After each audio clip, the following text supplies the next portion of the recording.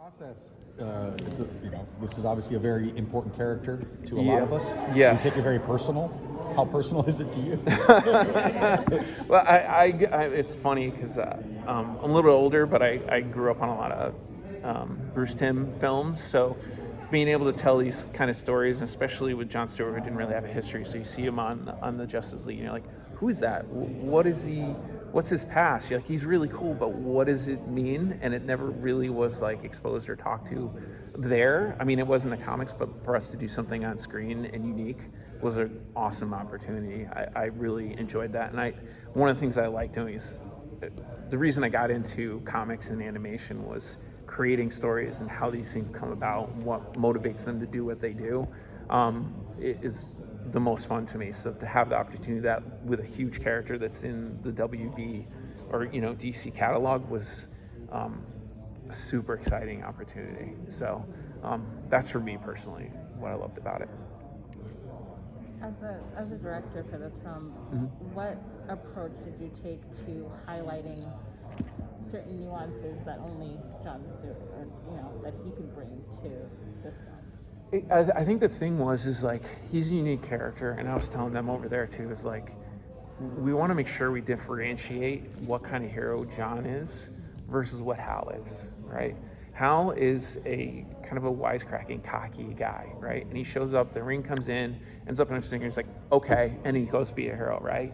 And he kind of is cocky all the time, but Jon isn't that. He comes from a different history. He has other ways of handling stuff, and he has other considerations in his life to how he's approaching that. And when he walks in and he gets a ring, of course there's reluctance to it because he's been through this 1,000 times. He's seen the worst of what it can offer. It's laid at his feet, and he's like, I don't want that again. He's like, I know what that means, And the story tells the story of like how he goes from there back to feeling, seeing the reason why he has to do this.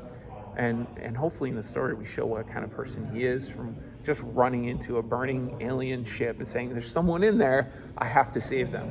That even though he's seen all that, he still makes that decision without thinking about it. And we're hoping that kind of starts from there, and we see why it switched. He went all the way by the end and what it meant to him. So have that opportunity was really cool to show that character and show something that we've never really explored in the animated universe versus the DC universe. How was it also, since it is animation or animated, how did you work with the actors? Usually the way we work with actors is it depends on what crew you have and what your considerations. The way me and Butch kind of approach it is we want weight. We want them to have a chance, the actors have a chance to bring weight to these characters, bring consequence. That's something we've been doing so far with stuff like Wonder Woman and Tomorrowverse, or not Tomorrowverse, with Man of Tomorrow. It was like, we want these characters to have consequences for the decisions they make and have weight so that the character can feel that, the audience can feel that weight. So when we approach the people doing the reads on this stuff, we're like, no, these characters are serious about it. We're not looking for a cartoon version of it. We're looking for a live action kind of like consequence driven kind of way of reading that stuff. So when we approach the actors, we choose ones that have that in their capability, but also when they come to it, sometimes we can get mustache twirly with some of the evil characters. We're like, no, tone it down. We want this character to feel like they have a reason to do this, and it's real, and it means something to the audience. So when we approach this, we talk to each one of those artists that way, and usually when they come in, they get it. And there's a couple of people that we've had before, and they're like, oh, no, we're Butch and Jeff, we know what they want, and they hit it. Some of the guys will really have to bring them down because they're like, oh, no, you don't want me that far, you want this far, and then they'll bring it down too far, and we bring it in to the right range. That's usually what we do, and it only takes a couple of reads. Wes Gleason, our voice director, is really good at interpreting that for us as we work through the process. So it's a lot of fun doing that because a lot of the story gets figured out right there. I mean, you read it, but once you see hear the voice acting, you start seeing the scenes in your head. And you're like, sometimes it even gets changed on the fly. We're like, we hear him take a read, and we're like, wait a minute, I know how we're going to do this scene. This is going to work better. We're like, hey, can you read it more like this? And they're like, oh, no, okay, I see where you're going. And we all start seeing the movie in our head. That's when it really starts getting told. So a lot of decisions are made right there in the booth. Yeah. So you're talking about the voice being very important in visualization. Does any aspect of the actor get put into the character? I mean, Themselves as a person? The movement or, like that kind of... Yeah, sometimes it depends on the kind of actor, because some actors, they'll be very physical. Yeah. Some actors are just like, they're not physical at all. And so sometimes if I know an actor's coming in and I'm like, oh, they're a physical person, I can grab some of that stuff. I'll actually tell them, hey, is it okay if I record you? I'm going to use it for the directors. Sometimes we don't, because they don't do anything, Sometimes I watch very carefully because I'm watching how they move, and I'm like, okay, that's going to influence me when we get to the boards, and I tell the board artists, okay, here's what I kind of want you to do. When I get back, if you didn't hit it, I'll go in and move it around to get it to that point. But yeah, voice actors, everything from the way they look as a person, the way they hold themselves, and sometimes even the way they would act at something, we take from that if we can, if there's time. Sometimes they had to move they're very much like this, and they're voice acting. You're like, how do you do that without moving? Some people are like, yeah, and it's really big, and you're like, oh, that's great. That might be too big, but yes, that's the general idea of what we're trying to hit. So yeah. Any other questions? I'm here for 7 minutes. What was it about Green Lantern that drew you to this project in the first place, aside from the obvious? I think the big reason is that he hasn't really, his history in animation hasn't been told. And having the opportunity to bring that to the screen, I love doing that part of it. I get super excited about being able to, especially, all the characters have been told, like so many of them been. To have the opportunity is rarer these days. So when we run into it, you're like, yes, let's do this. I think that was the biggest thing, draw, was being able to do that on a character that I didn't know the history. You know what I mean? Like, we don't know it from Green Lantern, from the from Justice League when Bruce Timm was on it. That's not something that was really explored at all, and I think we got the opportunity to do that. That's huge.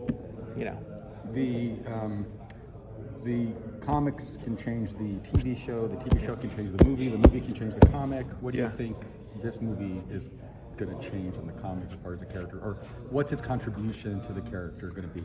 I think the idea of having PTSD and the idea of having a hero who's reluctant, to take on something that's serious like this, will paint his every decision going forward, and it did in this, and I think it will play a part.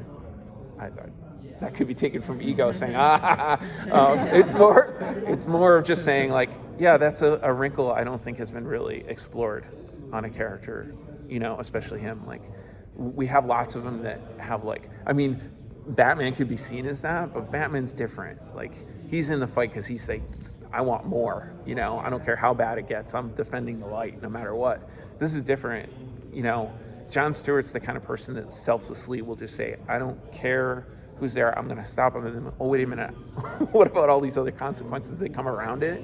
But he accepts that because that's something that he just is.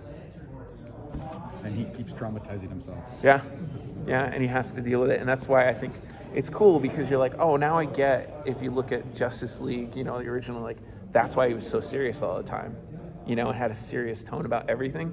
That's where it's coming from. And it's cool, it's not a purpose, but you're like, yeah, it makes sense. It comes together in a very creative and sensical way, I guess is the best way to put it. Yeah.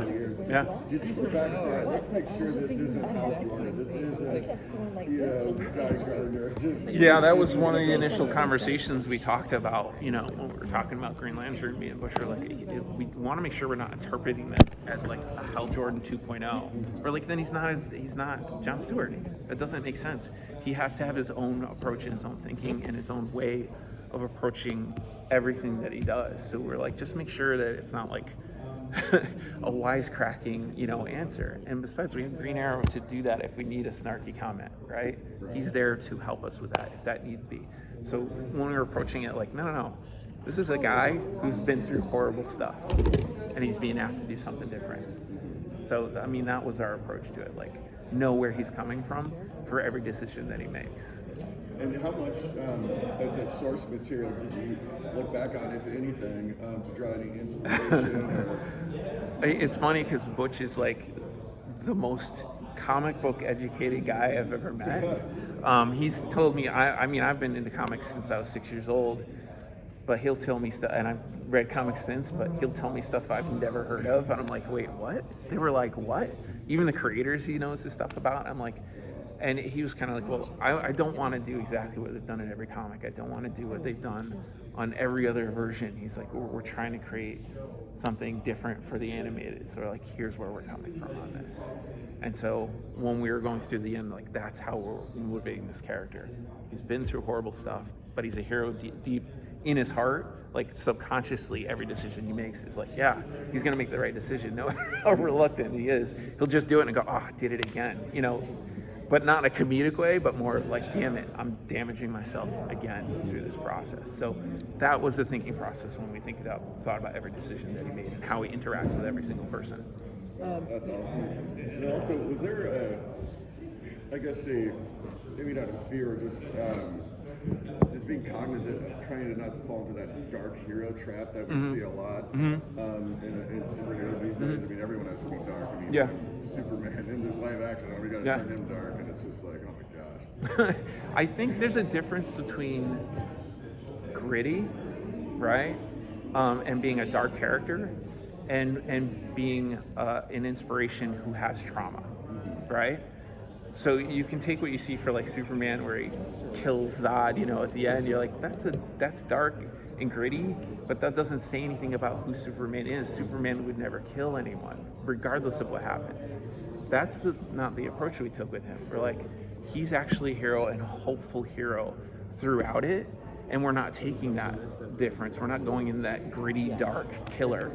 That's not what he is. He doesn't want to kill. And the fact at the end is like, I'm not gonna do it. I'm not gonna go down that road.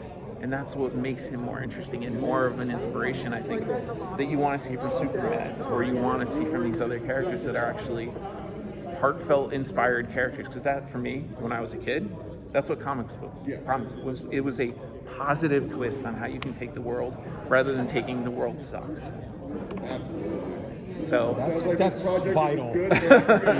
You should walk away going, yeah, that means something to me. Let's take this with a positive view. Yeah, there's things that suck. There's things that can come from that, but I can walk away with hope and believe that, because that's what it's always been about. For me, and I think for everybody who reads a comic book, that's what it's about. Actually, the funny thing is... Thank you for the bonus time. Yeah, no problem. Anytime.